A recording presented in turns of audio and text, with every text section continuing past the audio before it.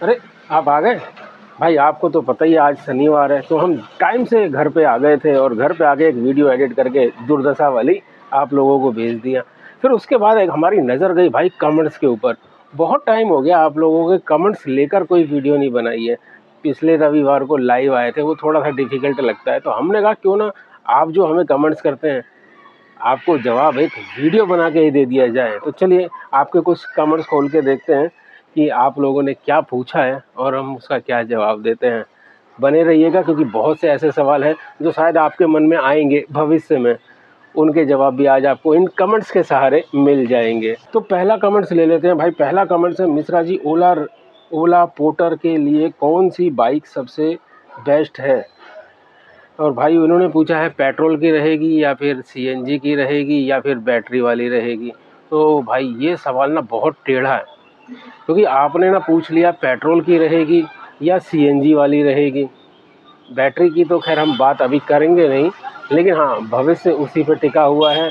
और ये सवाल इसलिए टेढ़ा है क्योंकि भाई रैपिडो ने एक ऑफिशियल स्टेटमेंट दी है, जिसके अंदर रैपिडो ने ये कहा है आने वाले कुछ टाइम बाद, यानी अगले साल, और अगला साल ज़्यादा दूर है नहीं, आने वाले कुछ टाइम बाद ही रैपिडो दिल्ली के अंदर 100% इलेक्ट्रिक पर काम करेगा।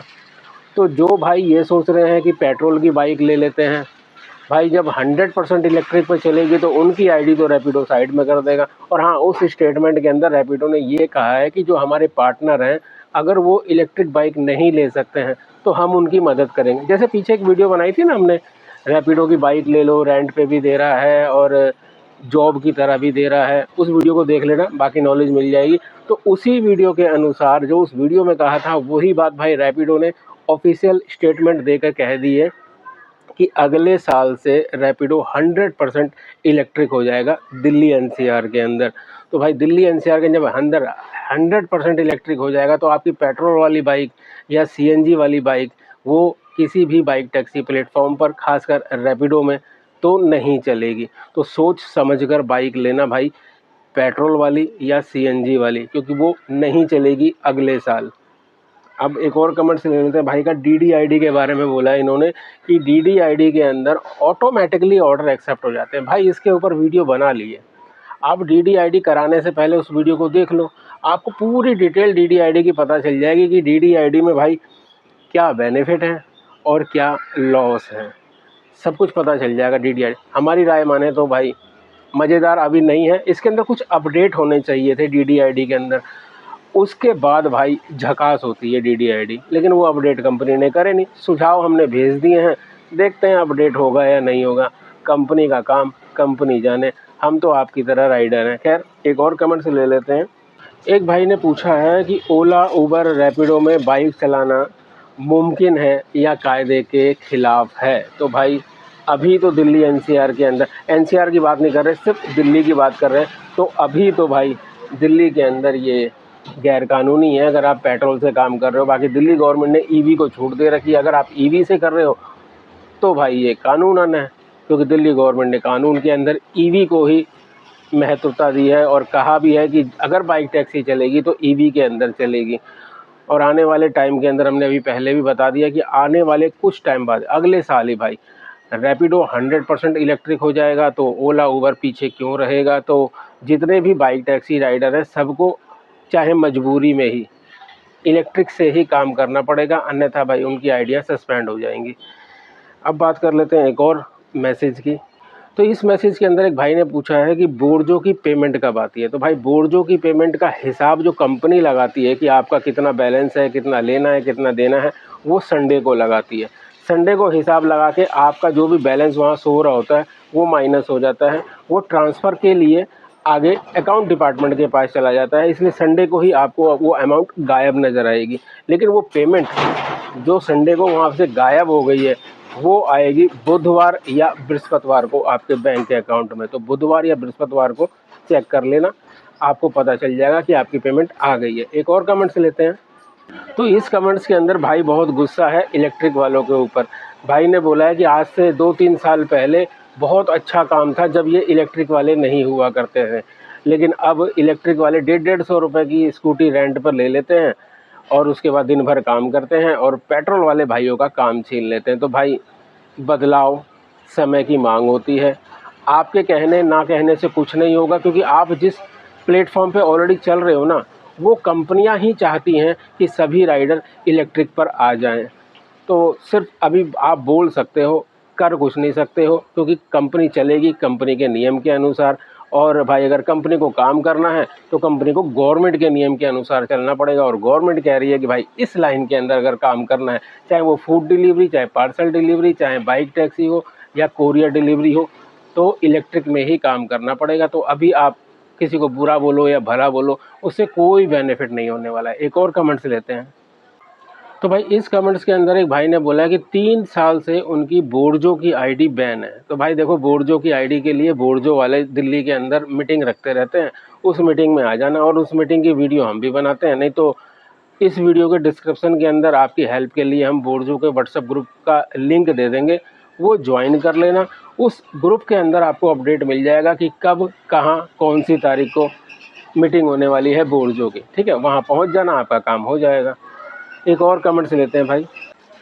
ये वाला कमेंट्स हमारी आज की ही वीडियो दुर्दशा के ऊपर आया है। तो भाई इसके अंदर राइडर बोल रहा है कि हाँ, ये बात सही है कि सभी कंपनियों को ये पता है कि राइडर की कमाई 15,000 से 20,000 से ऊपर नहीं जानी चाहिए। भाई बिल्कुल सही है। इससे ज़्यादा अगर कमाओगे तो बचा लोगे, और बचा लोगे तो कहीं और भाग जाओगे, तो फिर इनके लिए डिलीवरी कौन करेगा। इसलिए इतनी ही कमाई में अगर संतुष्टि है तो करो, अन्यथा छोड़ो। एक ये कमेंट्स आया है भाई बोर्जो के ऊपर। हमने एक वीडियो के अंदर बताया था कि बोर्जो ने अपने रेट बढ़ा दिए हैं। तो भाई ने लिखा है कि मैं 1,000 से ज़्यादा ऑर्डर कर चुका हूँ और बोर्जो में कोई रेट नहीं बढ़े। भाई आपने जब वो ऑर्डर किए होंगे ना, वो पहले किए होंगे। अगर अब आप देखोगे, आज की बात कर रहे हैं, तो आप देखोगे कि बोर्जो के रेट बढ़ गए हैं। भाई हम बोर्जो का कोई सपोर्ट नहीं कर रहे हैं, सिर्फ एक बात बता रहे हैं कि बोर्जो में आप चेक करो, आपको रेट बढ़े हुए मिलेंगे। पहले 15 किलोमीटर के आपको तकरीबन 120 रुपये के आसपास मिलते थे, लेकिन अब कमीशन काटने के बाद 15 किलोमीटर के भी आपको 150 रुपये मिलते हैं। चेक कर लेना, आपका कन्फ्यूजन दूर हो जाएगा। तो दोस्तों, आपसे बात करते करते भाई धीरे धीरे अंधेरा होने लगा है, इसलिए 2-3 कमेंट्स और ले लेते हैं। और जितने भी कमेंट्स हम देख रहे हैं ना, क्योंकि पीछे हमने बोर्जो के ऊपर बहुत वीडियो बनाई है, ज़्यादातर बोर्जो के बारे में। तो भाई बोर्जो में कोई बोल रहा है ऑर्डर शो नहीं हो रहे हैं, 8 किलोमीटर से ऊपर शो हो रहे हैं। तो हमने एक वीडियो बनाई थी परफॉर्मेंस की। ऐसा है कि परफॉर्मेंस तो कंपनी देखती ही देखती है, इसके अलावा कंपनी पता नहीं क्या क्या अपडेट कर रही है और कैसे अपडेट कर रही है, ये हमें भी नहीं पता चल रहा है। यहाँ तक कि हमने भाई कंपनी में मेल करा और हमारे जो संपर्क हैं कंपनी में, उनसे भी पूछा, तो वो भी कंफ्यूज हैं। वो भी बोल रहे हैं कि कभी कुछ रिपोर्ट आ रही है, कभी कुछ रिपोर्ट आ रही है। तो ज़्यादातर जो कमेंट्स भरे पड़े हैं वो बोर्जो के बारे में है कि हमारी आईडी बंद हो गई है, कोई बोल रहा है नई आईडी बनाई, बनते ही बंद हो गई। तो भाई ये जितनी भी प्रॉब्लम बोर्जो से संबंधित है ना, इसके लिए मीटिंग में आ जाना। बोर्जो की मीटिंग कब होगी वो हमने बता ही दिया कि वीडियो बना देंगे, या कंपनी का व्हाट्सएप ग्रुप ज्वाइन कर लो, वहाँ पता चल जाएगा। अब बात कर लेते हैं भाई बाइक टैक्सी के भविष्य की, कि आपकी बाइक टैक्सी के अंदर अब चलेगी या नहीं चलेगी। तो देखो, जिस हिसाब से रैपिडो ने भाई साफ साफ कह दिया है कि अगले साल से भाई वो अपनी सभी बाइकों को 100% इलेक्ट्रिक कर देगा। यानी जितने भी राइडर हैं सब इलेक्ट्रिक में ही ऑनलाइन आ सकते हैं, नहीं तो नहीं। अब वो अगले साल में कब कर देगा, कैसे कर देगा, वो उसके ऊपर डिपेंड करता है। अब रैपिडो कर देगा तो भाई ओला भी कर देगा, उबर भी कर देगा, इनड्राइव भी कर देगा, सभी कर देंगे। तो आप अगर कोई नई बाइक लेना चाह रहे हैं पेट्रोल वाली, या फिर आप कोई नई बाइक लेना चाह रहे हैं सीएनजी वाली, ये सोचिए कि एवरेज अच्छी है और इस लाइन के अंदर अगर आप काम करना चाह रहे हैं, तो भाई हमारी राय तो यही है कि आप मत लेना, वो ज़्यादा अच्छा है। हाँ, वैसे बहुत अच्छी है सीएनजी बाइक, वैसे बहुत अच्छी है पेट्रोल बाइक, लंबी लंबी दूरी तक आप बिना किसी टेंशन के जा सकते हो। लेकिन अगर इस लाइन में काम करना है, तो जब अब इस लाइन में अलाउ ही नहीं रहेगी, तो आप काम किस तरीके से कर पाओगे, आपकी आईडी ही नहीं बन पाएगी। तो भाई आप इस लाइन में काम कैसे कर पाओगे। जब आप आरसी डालोगे, वहाँ पर पेट्रोल लिखा होगा, तो वो एक्सेप्ट ही नहीं होगी, तो आपकी आईडी नहीं बनेगी। आईडी नहीं बनेगी तो भाई आप काम ही नहीं कर पाओगे, तो गाड़ी की किस्त कहाँ से दोगे। किसी और काम के लिए आप पेट्रोल और सीएनजी खरीद सकते हैं, लेकिन इस काम के लिए आपको ईवी पर ही जाना पड़ेगा। और ईवी की हालत अभी की अगर बात करें, तो भाई जल्दबाजी ईवी में भी मत करना। आने वाले टाइम में धीरे धीरे ईवी की रेंज बढ़ती जा रही है। जैसे ओला की स्कूटी है या फिर एथर है या फिर बाकी की है, ये सब कंपनियां ना धीरे धीरे रेंज बढ़ा रही हैं, और रेंज जैसे जैसे बढ़ रही है ना वैसे वैसे रेट भी कम हो रहे हैं, क्योंकि धीरे धीरे पीछे से पहले बैटरियों के सेल आया करते थे, अब इंडिया में बनने लगे हैं। तो इंडिया में बनने लगे तो वो सेल सस्ते होंगे तो भाई लंबी रेंज की दूरी की आपको ईवी सस्ते में मिल जाएगी, थोड़ा सा रुक कर।